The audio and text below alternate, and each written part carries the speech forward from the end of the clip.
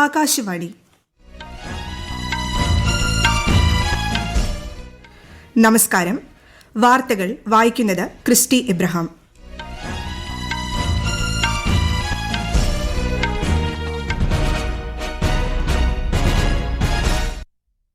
പ്രധാന വാർത്തകൾ. പ്രധാനമന്ത്രി നരേന്ദ്രമോദി ഇന്ന് ഉത്തർപ്രദേശിലെ അയോധ്യ സന്ദർശിക്കും. 16,000 കോടിയോളം രൂപയുടെ വിവിധ വികസന പരിപാടികൾക്ക് പ്രധാനമന്ത്രി തുടക്കം കുറിക്കും.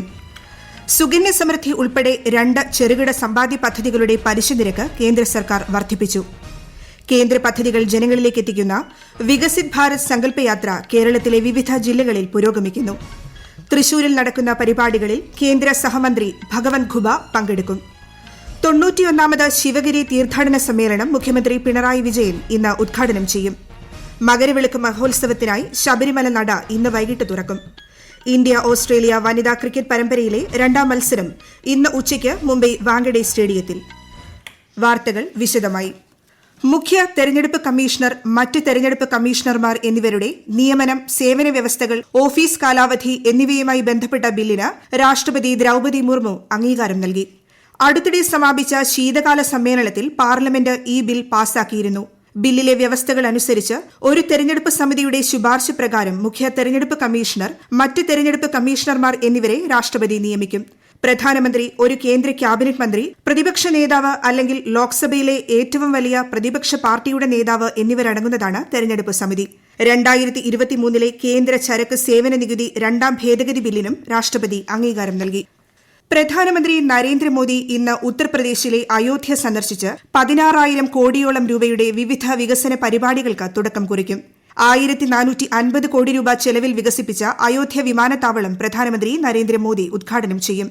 വന്ദേ ഭാരത്, അമൃത് ഭാരത് സ്പെഷ്യൽ ട്രെയിനുകളും പ്രധാനമന്ത്രി ഫ്ളാഗ് ഓഫ് ചെയ്യും. പ്രധാനമന്ത്രിയുടെ സന്ദർശനത്തോടനുബന്ധിച്ച് ശക്തമായ സുരക്ഷാ ക്രമീകരണങ്ങളാണ് ഏർപ്പെടുത്തിയിരിക്കുന്നത്.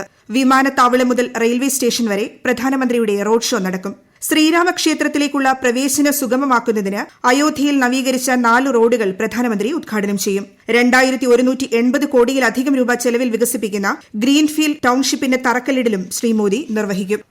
ഉത്തർപ്രദേശിലെ Ayodhya Dham junction railway station എന്ന് പുനർനാമകരണം ചെയ്ത് വികസിപ്പിച്ച അയോധ്യ റെയിൽവേ സ്റ്റേഷൻ പ്രധാനമന്ത്രി നരേന്ദ്രമോദി ഇന്ന് ഉദ്ഘാടനം ചെയ്യും. വിശദാംശങ്ങളിലേക്ക്. അയോധ്യയിലെ ശ്രീരാമ ക്ഷേത്രത്തിന്റെ വാസ്തുവിദ്യയാണ് റെയിൽവേ സ്റ്റേഷൻ പ്രതിഫലിപ്പിക്കുന്നത്. ദിവസേന 1,00,000 യാത്രക്കാർക്ക് സേവനം നൽകുന്നതിനായി 240 കോടി രൂപ ചെലവിലാണ് Ayodhya Dham junction railway station വികസിപ്പിച്ചത്. 3 നിലകളുള്ള ആധുനിക കെട്ടിടത്തിൽ ലിഫ്റ്റുകൾ, ഭക്ഷണശാലകൾ, പൂജാ ആവശ്യങ്ങൾക്കുള്ള കടകൾ, ശിശു സംരക്ഷണ മുറികൾ, കാത്തിരിപ്പ് കേന്ദ്രങ്ങൾ എന്നിവ ഉൾപ്പെടുന്നു. പുതിയ അമൃത് ഭാരത് ട്രെയിനുകളും വന്ദേ ഭാരത് ട്രെയിനുകളും ശ്രീ മോദി ഫ്ളാഗ് ഓഫ് ചെയ്യും. മേഖലയിലെ റെയിൽവേ അടിസ്ഥാന സൌകര്യങ്ങൾ ശക്തിപ്പെടുത്തുന്നതിനായി 2,300 കോടി രൂപയുടെ 3 റെയിൽവേ പദ്ധതികളും പ്രധാനമന്ത്രി നാടിന് സമർപ്പിക്കും. News desk, Akashvani. 6 വന്ദേ ഭാരത് ട്രെയിനുകൾ പ്രധാനമന്ത്രി നരേന്ദ്രമോദി വീഡിയോ കോൺഫറൻസിംഗിലൂടെ ഇന്ന് ഫ്ളാഗ് ഓഫ് ചെയ്യും. ഇതിൽ 2 പുതിയ വന്ദേ ഭാരത് സർവീസുകൾ ദക്ഷിണ റെയിൽവേ കൈകാര്യം ചെയ്യും. പുതിയ കോയമ്പത്തൂർ ബംഗളൂരു വന്ദേ ഭാരത് എക്സ്പ്രസ് 380 കിലോമീറ്റർ ദൂരം 6 മണിക്കൂർ 30 മിനിറ്റിനുള്ളിൽ യാത്ര പൂർത്തിയാക്കും. തമിഴ്നാടിനെയും കർണാടകയെയും ബന്ധിപ്പിക്കുന്ന 2ാമത് വന്ദേ ഭാരത് ട്രെയിനാണിത്. ചെന്നൈ മൈസൂരു വന്ദേ ഭാരത് ട്രെയിനാണ് ആദ്യത്തേത്. ത്രികക്ഷി സമാധാന ഉടമ്പടി സമാധാനത്തിലേക്കും വികസനത്തിലേക്കുമുള്ള അസമിന്റെ യാത്രയിലെ സുപ്രധാന നാഴികക്കല്ലാണെന്ന് പ്രധാനമന്ത്രി നരേന്ദ്രമോദി. ഈ സുപ്രധാന നേട്ടത്തിൽ പങ്കാളികളായ എല്ലാവരുടെയും പ്രയത്നങ്ങളെ അഭിനന്ദിച്ച പ്രധാനമന്ത്രി ഈ ഉടമ്പടി അസമിൽ ശാശ്വതമായ പുരോഗതിക്ക് വഴിയൊരുക്കുന്നുവെന്നും സാമൂഹിക മാധ്യമത്തിൽ കുറിച്ചു. ഐക്യത്തിന്റെയും വളർച്ചയുടെയും സമൃദ്ധിയുടെയും ഭാവിയിലേക്കാണ് നാം ഒരുമിച്ച് നീങ്ങുന്നതെന്നും ശ്രീ മോദി കൂട്ടിച്ചേർത്തു. അസമിലെ ഉൾഫ നേതാക്കളും കേന്ദ്ര സംസ്ഥാന സർക്കാരുകളും ഭാഗമാകുന്ന ത്രികക്ഷി സമാധാന ഉടമ്പടി ഇന്നലെയാണ് ഒപ്പുവെച്ചത്. സുകന്യ സമൃദ്ധി ഉൾപ്പെടെ 2 ചെറുകിട സമ്പാദ്യ പദ്ധതികളുടെ പലിശ നിരക്ക് കേന്ദ്ര സർക്കാർ വർദ്ധിപ്പിച്ചു. സുകന്യ സമൃദ്ധിയുടെ പലിശ നിരക്ക് 8% നിന്ന് 8.2%ആക്കിയും 3 വർഷ നിക്ഷേപ പദ്ധതിയുടെ പലിശ 7% നിന്ന് 7.1%ആക്കിയുമാണ് വർദ്ധിപ്പിച്ചത്. 2024 ജനുവരി മാർച്ച് പാദത്തിലേക്കാണ് വർധന. മറ്റെല്ലാ ചെറുകിട സമ്പാദ്യ പദ്ധതികളുടെയും പലിശ നിരക്കിൽ മാറ്റമില്ല. ഖത്തർ കോടതി 8 മുൻ ഇന്ത്യൻ നാവികസേനാംഗങ്ങളുടെ വധശിക്ഷ ഇളവ് ചെയ്തതുമായി ബന്ധപ്പെട്ട് വിശദമായ വിധി വരുന്നതുവരെ അധിക വിവരങ്ങളൊന്നും പറയാനില്ലെന്ന് വിദേശകാര്യ മന്ത്രാലയം അറിയിച്ചു. ഇന്ത്യക്കാരുടെയും അവരുടെ കുടുംബാംഗങ്ങളുടെയും താൽപര്യങ്ങളാണ് സർക്കാരിന്റെ പ്രഥമ പരിഗണനയെന്ന് വിദേശകാര്യ മന്ത്രാലയം വക്താവ് അരിന്ദം ബാഗ്ചി ന്യൂഡൽഹിയിൽ മാധ്യമങ്ങളോട് പറഞ്ഞു. 2024 ഔദ്യോഗിക സർക്കാർ കലണ്ടർ കേന്ദ്ര വാർത്താവിതരണ പ്രക്ഷേപണ വകുപ്പ് മന്ത്രി അനുരാഗ് സിംഗ് ഠാക്കൂർ ഇന്ന് പുറത്തിറക്കും. ന്യൂഡൽഹിയിൽ നടക്കുന്ന പരിപാടിയിൽ ശ്രീ ഠാക്കൂർ കലണ്ടർ പ്രകാശനം ചെയ്യും. ഈ വാർത്തകൾ ആകാശവാണിയിൽ നിന്ന്.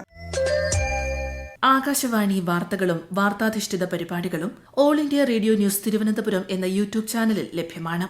കൂടുതൽ വാർത്തകൾക്കായി @all India radio news Thiruvananthapuram എന്ന ഫേസ്ബുക്ക് പേജും @AER_News_TVM എന്ന എക്സ് ഹാൻഡിലും സന്ദർശിക്കാം.